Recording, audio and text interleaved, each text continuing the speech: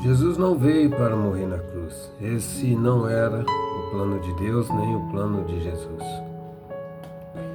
Isso nós podemos ver com várias evidências. Com poucos versículos a gente pode comprovar que essa não era a intenção de Deus, mandar seu filho para morrer na cruz.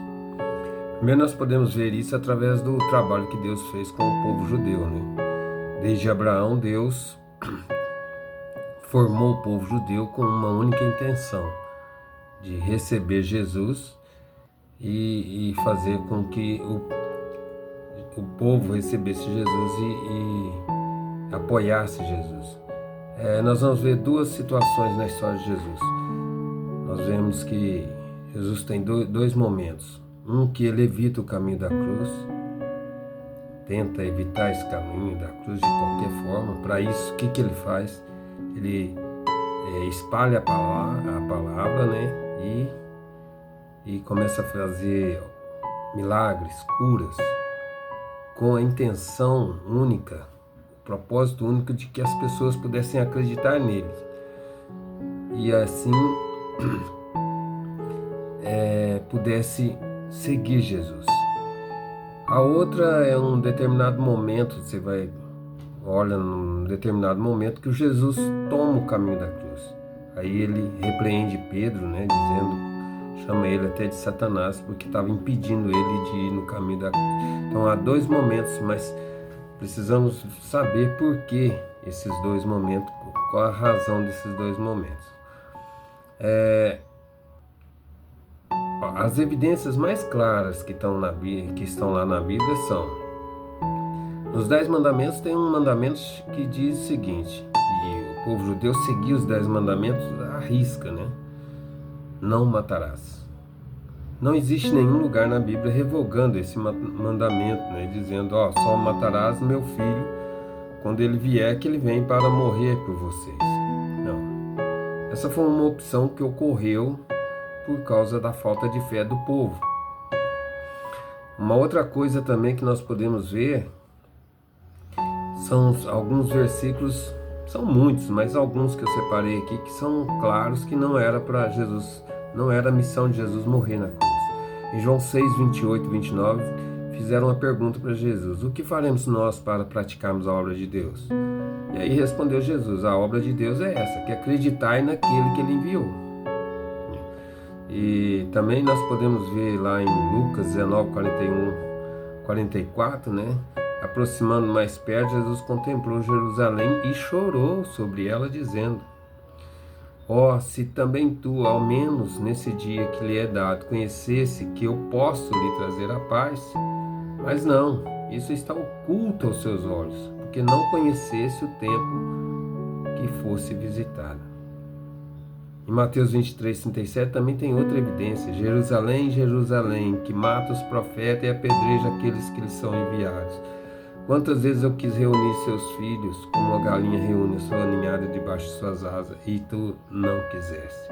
Mostrando claramente que o povo estava recusando Jesus, não estava aceitando ele. Aí Jesus, então,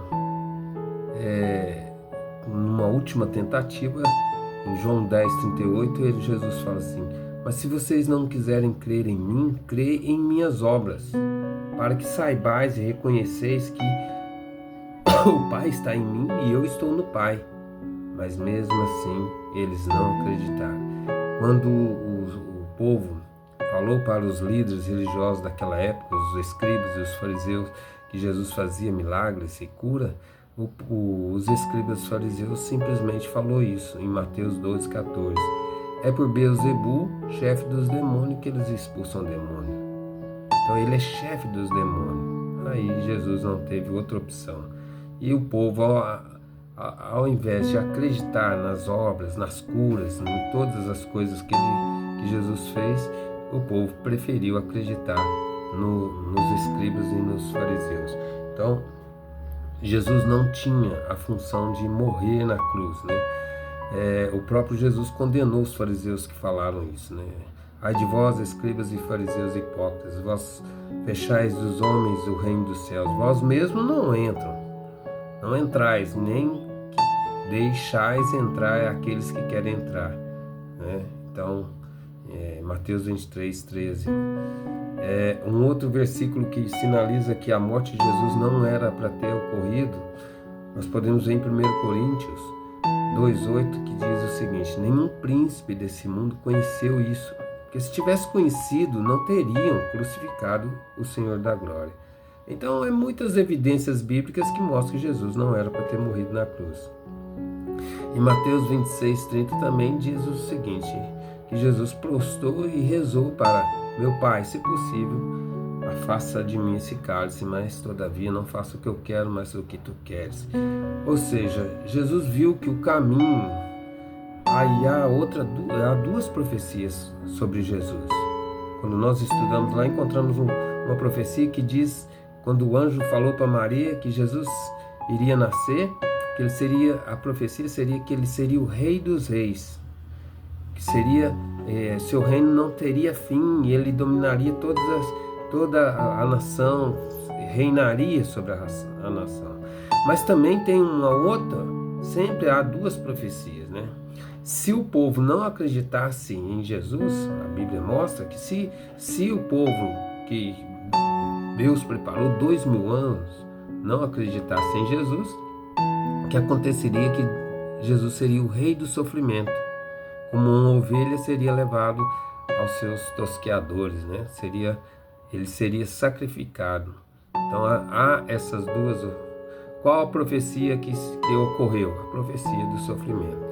Jesus acabou realizando, passando pela profecia do sofrimento. Por quê? Porque o povo que Deus preparou para receber e apoiar Jesus não cumpriu sua responsabilidade.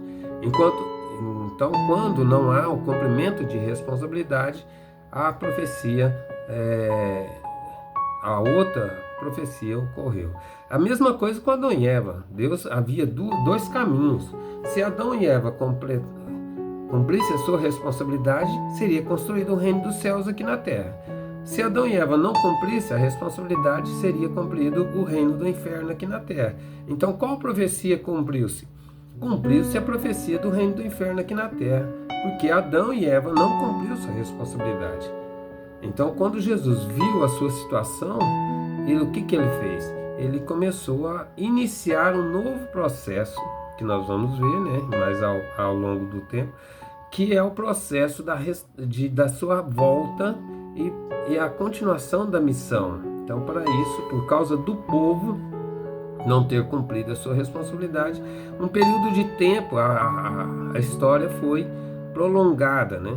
Foi prolongada para corrigir novamente todo o processo. Então, só 2000 anos depois da morte de Jesus que Deus, o próprio Messias, pode iniciar esse processo novamente, que é o que está acontecendo agora. Então, o processo da morte de Jesus na cruz foi um erro.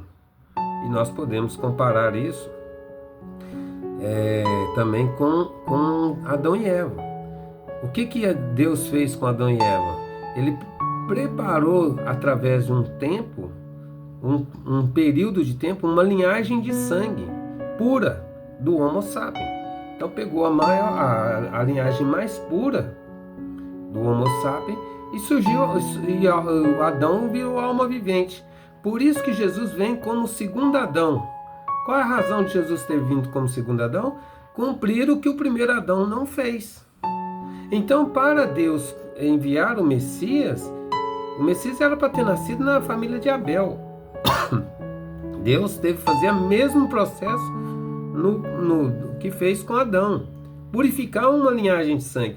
E isso é a razão pela qual lá na Bíblia existe uma linhagem, a descendência de Sete.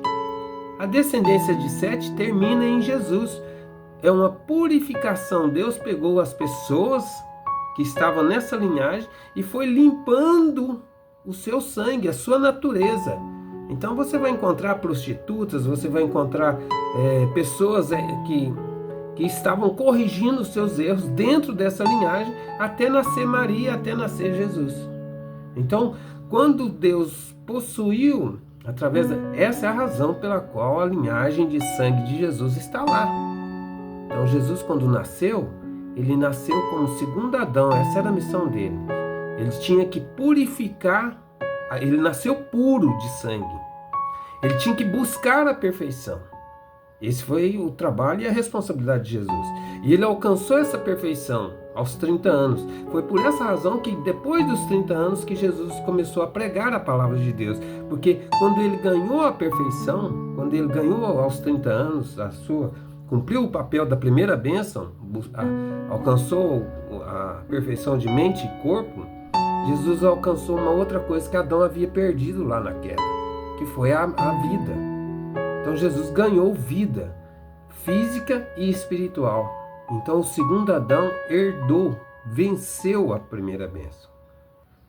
E quando ele estava restaurando para passar para a próxima bênção, que é a multiplicação, o povo não aceitou Jesus, não acreditou nele.